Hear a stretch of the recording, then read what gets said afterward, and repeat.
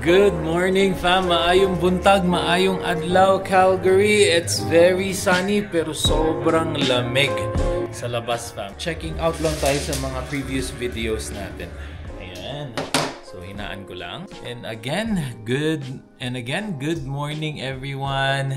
So maayong buntag sa inyong tanan kung asa man mo dira sa Pilipinas o diri sa Canada. Good morning sa lahat. So, nagpe-prepare lang ang daddy dito ng breakfast. Yan, medyo nasunog na ang aking itlog. So, the typical college breakfast of fam.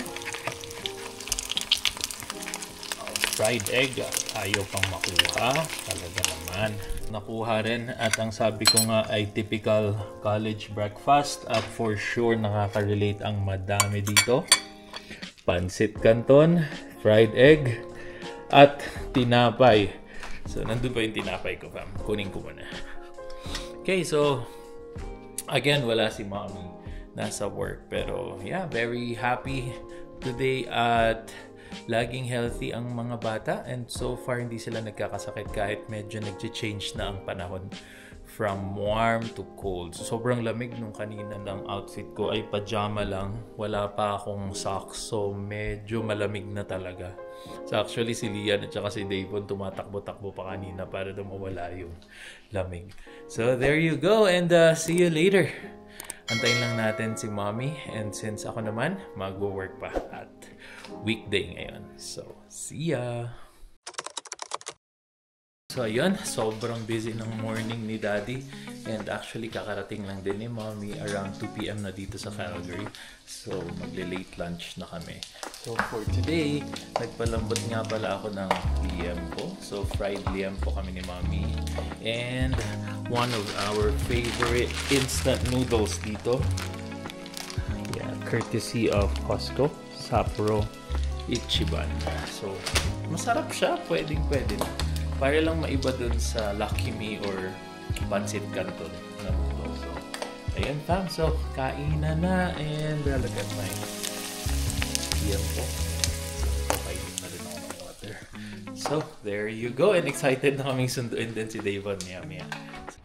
Hi fam! And there you go fam. So, pasundo na kami kay Kuya Davon ngayon. It's around 2:30 pala. 2:30 PM na. Yan, so saktong nandito si mommy. And ayun nga, medyo shocking pa yung revelation ng aming friend. Ninong ni Davon yan. At saka ni Lian, yeah. So shout out to you, Ninong Jaju. We miss you. We missed you. So ayun fam, so si Ninong, very close namin to. Yep. Ever since na nandun ako sa Singapore. Ito yung buddy ko talaga pag may weekend na panahon.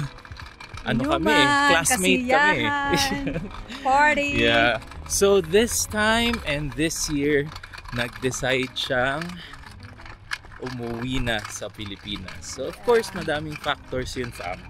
Apart from my very successful businesses siya with the S. Congratulations! So, ayan, so madami. So meron siyang parang Airbnb, kakaroon siya ng coffee shop, may restaurant. So very entrepreneurial to.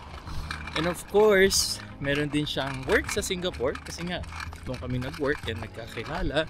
And apparently medyo unstable na yung status ng company niya and yung kanyang work permit. So parang Canada lang din yan na nagre-require ng mga work passes. Yep. Ang difference fam is dito kasi once na na-approve na ng government, depende na sa employer. Sa Singapore kasi, ang Singapore government ang nagsiset pati ang minimum salary requirement for you to be able to get a work pass. So may iba't ibang klase ng work passes ang Singapore. Merong work pass, so yun yung parang non-professional job. Work permit. Yeah, work permit. Merong S-pass, semi-professional jobs. So mga restaurants. Yeah. I think some other office jobs din. Yeah. Meron din. So in a sense, ito yung mas madaming mga pass. And then of course, meron ka nung sa mga managerial and expat. Mga expats. So tawag dyan is employment pass or E-pass.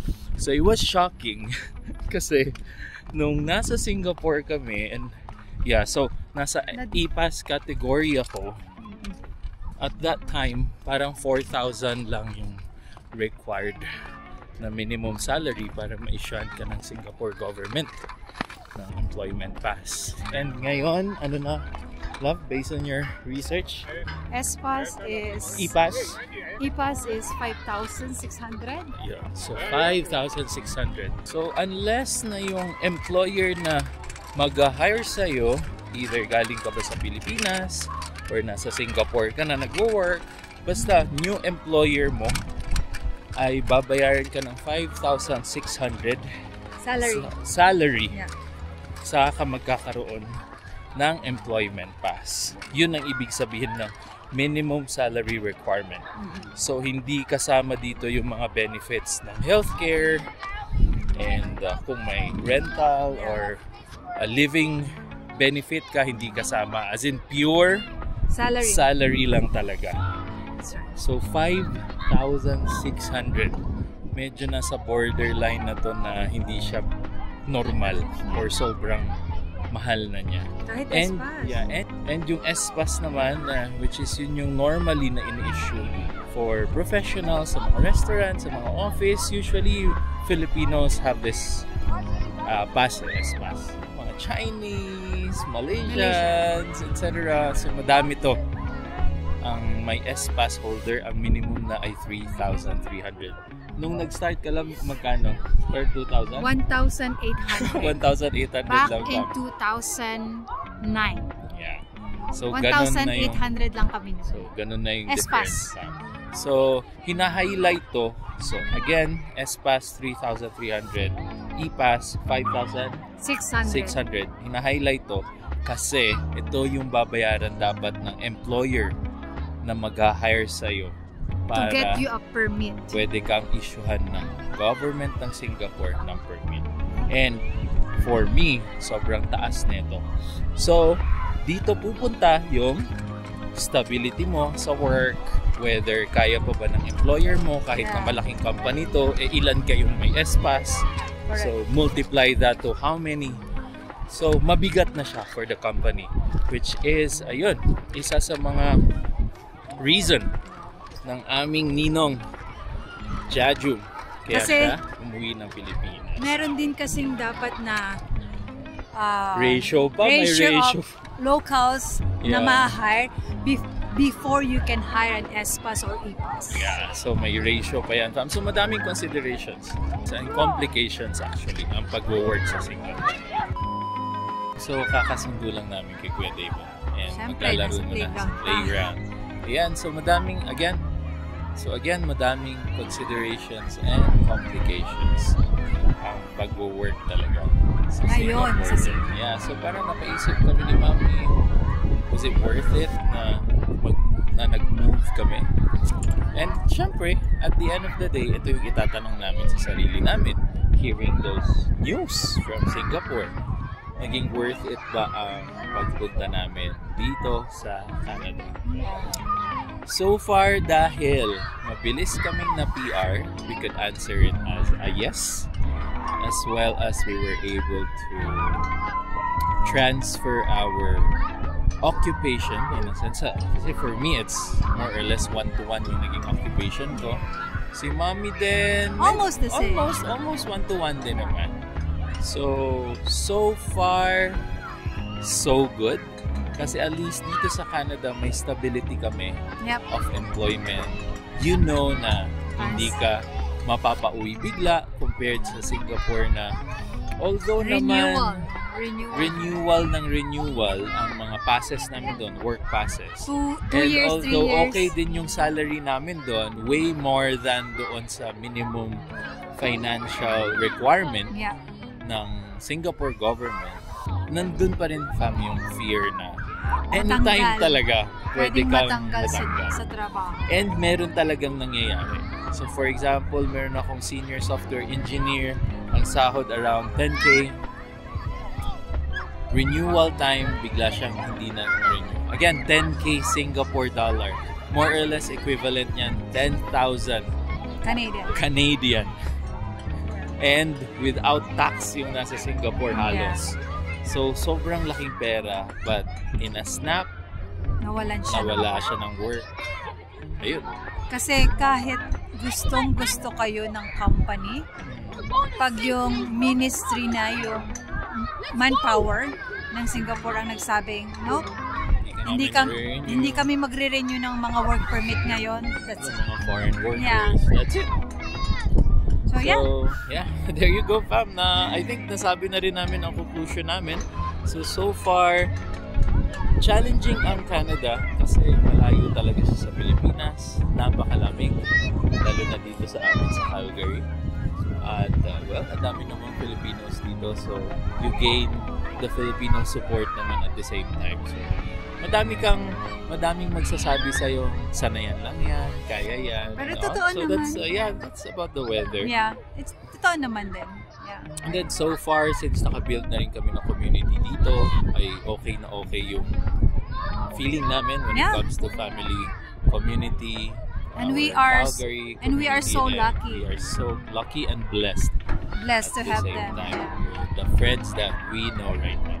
And additionally, ayun, so meron kaming property sa Pinas kasi before considering Canada, actually pauwi na talaga kami ng Pilipinas. Pero thankfully, ayun, napunta kami Canada and we were able to also buy our first property. Actually, ito talaga yung kinoconsider namin as first property. Parang sub-property lang yun sa Pilipinas. Diba? So, madaming blessings, sobrang daming challenges. How I wish nga, fam, na nag-vlog na kami nung first year namin na PR journey. Yeah. Kasi grabe talaga yung challenges na naranasan din namin from scratch.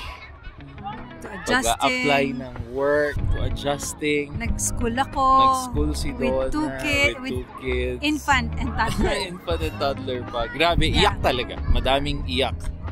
Madaming puyat, madaming pagod. Pero, yeah. Worth it naman. At the end of the day, it's worth it.